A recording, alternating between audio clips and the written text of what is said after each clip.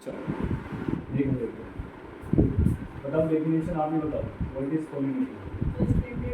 The systematic combination of variable and constant is called polynomial. ठीक है, तो variable क्या था?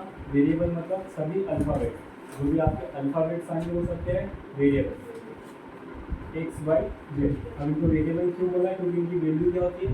चेंज। ठीक है, हर समय कभी एक्स की वैल्यू 1 हो जाएगी, कभी 0, कभी 2।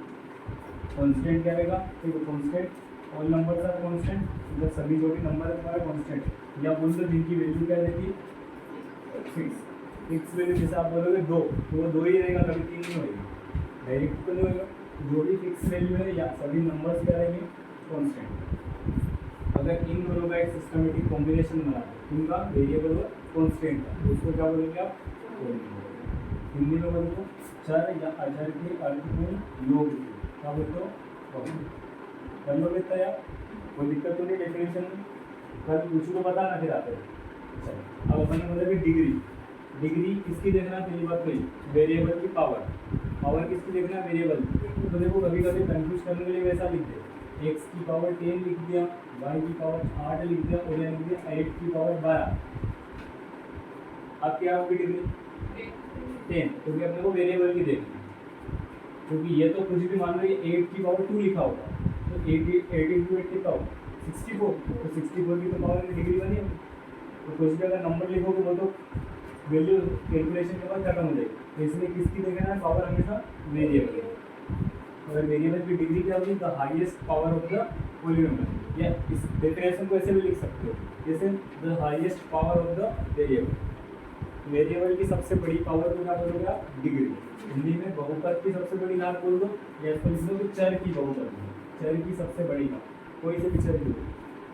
समझ गए? अब अपन ने बोला कि डिग्री के बेसिस पे कितने टाइप है? 3। किसके किसके टाइप? पॉलिनोमियल टाइप्स ऑफ बहुपद 3 प्रकार है। पहला कौन सा था?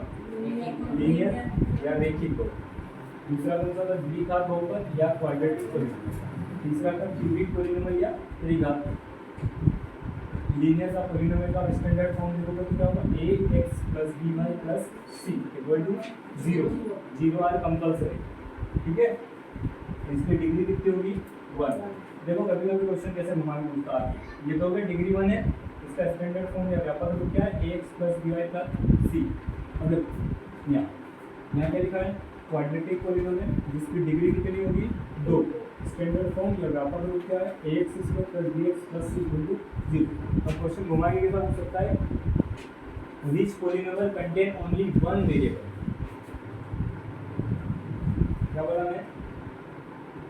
Which polynomial are contain only one variable, जिसमें केवल कितना वेरिएबल होता? एक। उसे क्या करें? तो देखो जरा ध्यान से, ये एक ही वेरिएबल है।